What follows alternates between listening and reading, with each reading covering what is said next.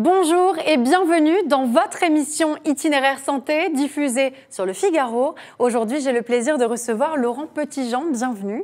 Vous êtes trésorier national de l'ARSLA et nous retrouverons également tout à l'heure en duplex votre confrère, le docteur William Camus, neurologue, professeur des universités et praticien hospitalier dans un centre de référence sur la SLA au CHU et à l'université de Montpellier. Alors, monsieur Petitjean, vous êtes sur ce plateau pour nous parler, entre autres, du travail de l'ARSLA, l'association pour la recherche sur la SLA, aussi connue sous le nom de la maladie de Charcot. Alors, qu'est-ce qu'on appelle la maladie de Charcot?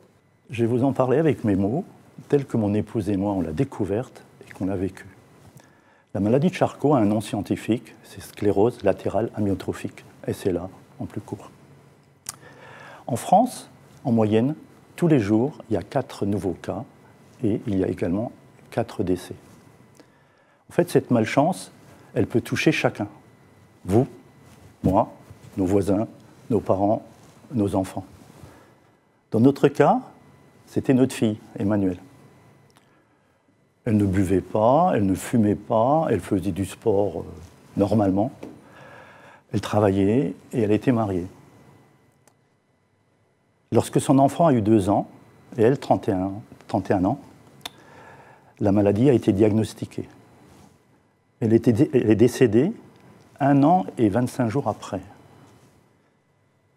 C'était une forme de SLA rapide. Parce qu'en moyenne, la durée de survie, c'est entre 2 et 5 ans. Maintenant, je vais quand même vous expliquer ce qu'est cette maladie, puisque c'était votre question. Nous avons tous des muscles moteurs, plusieurs centaines. Les muscles moteurs, c'est ceux qui font fonctionner nos bras, nos jambes, notre système respiratoire, notre déglutition, le port de notre tête. Et c'est le cerveau qui les fait fonctionner. Il les fait fonctionner d'une manière relativement simple, en envoyant des signaux à travers des neurones, des motoneurones pour parler comme les scientifiques. Dans la maladie de Charcot, ces motoneurones vont mourir progressivement, à un rythme qui n'est pas identique forcément pour tous les malades. Et à partir de là, les signaux n'arriveront plus aux muscles. Donc les muscles vont petit à petit se paralyser et au bout d'un certain temps, le malade l'est totalement. Il ne va lui rester que les yeux pour communiquer. Et à ce jour, la maladie reste incurable. Alors devant ce constat, quelles sont les aides qui existent aujourd'hui et qu'on peut proposer aux malades? L'ARSLA essaye de couvrir toutes les aides et tous les besoins dont pourrait avoir besoin le malade et ses proches. Il y en a de 3 types. Il y a des aides qui relèvent du social, des aides qui relèvent du matériel et des aides qui concernent les aidants.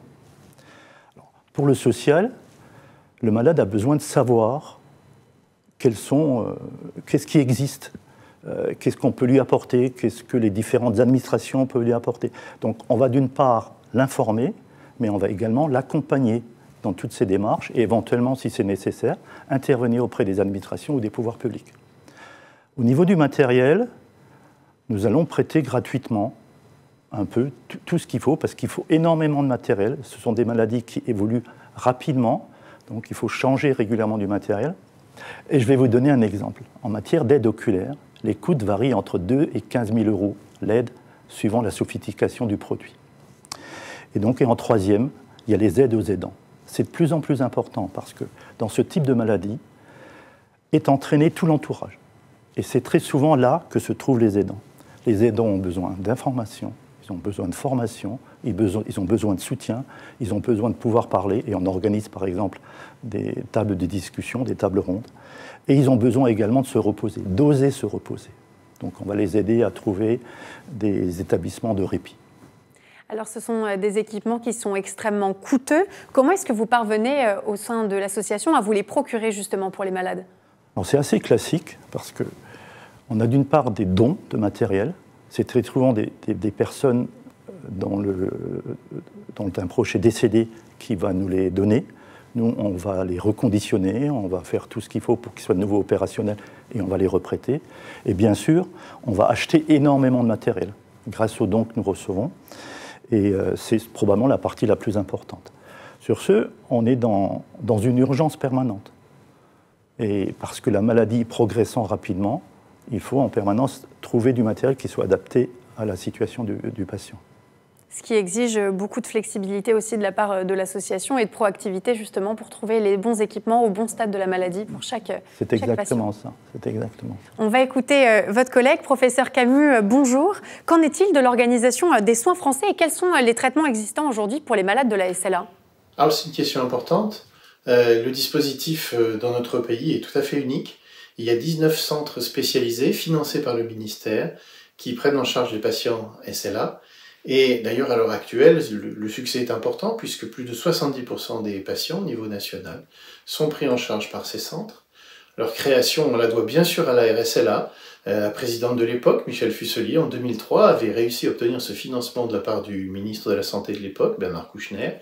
Et bien avant, dans les années précédentes, Roselyne Bachelot avait beaucoup aidé à la création de ces centres.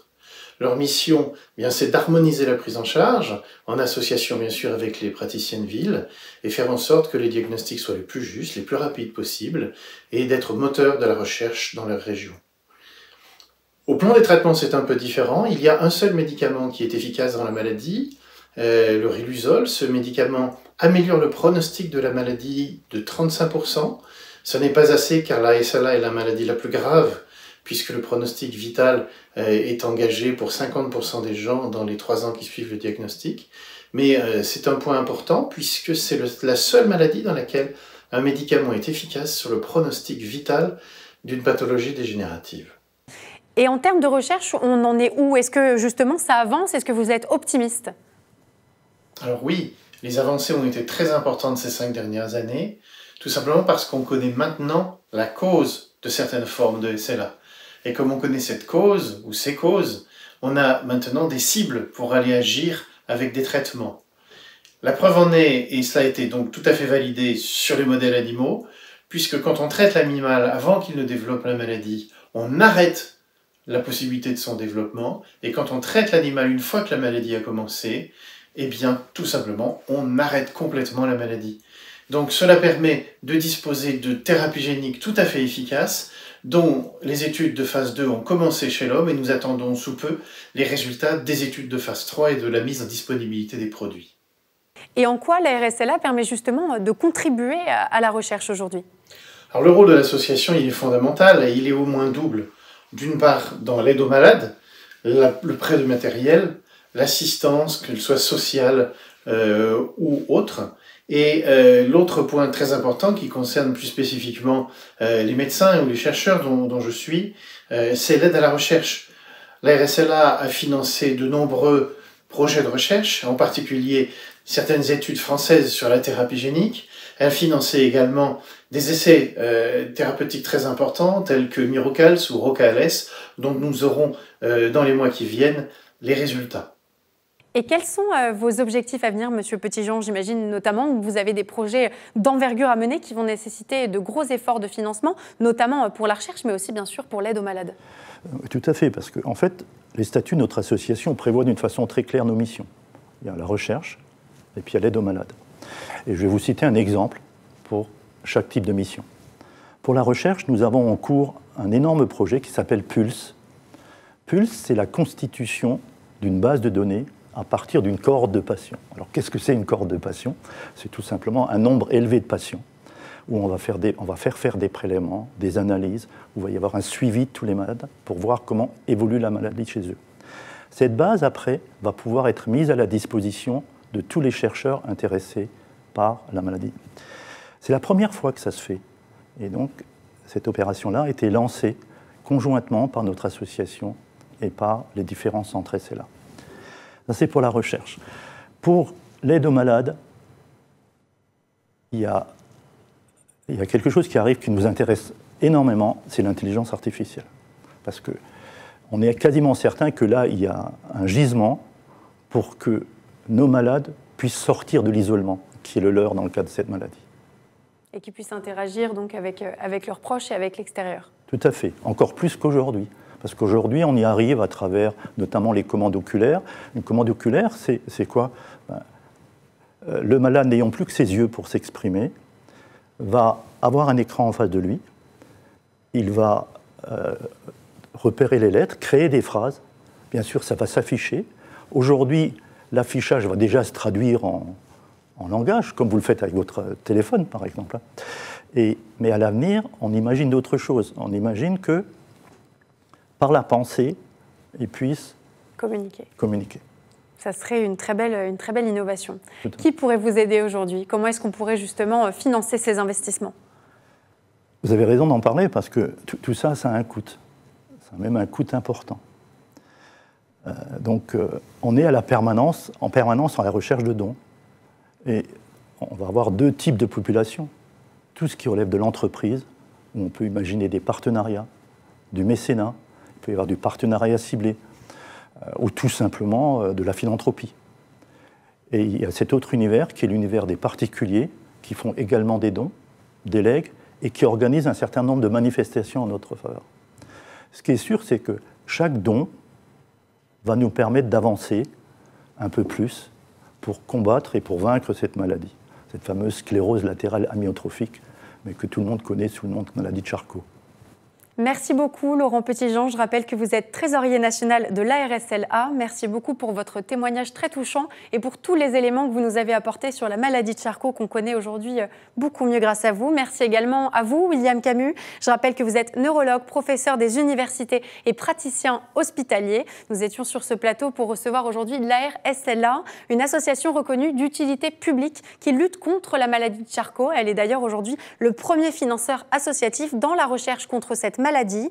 Il faut savoir que chaque jour, 4 personnes meurent toujours de la SLA et qu'il est donc nécessaire, vous le comprenez bien, de continuer activement les efforts de recherche en ce sens. Monsieur Petitjean, comment est-ce qu'on peut adresser nos dons? C'est très facile. Prenez vos crayons, je vais vous donner l'adresse. C'est arsla.org. Et sur ce site, vous trouverez toutes les indications nécessaires pour faire un don. Donc nous comptons tous sur vous et par avance, merci. Très bien, on ne manquera pas de s'y rendre. Merci à vous. Et quant à nous, on se dit à très bientôt pour une nouvelle émission Itinéraire Santé diffusée sur Le Figaro.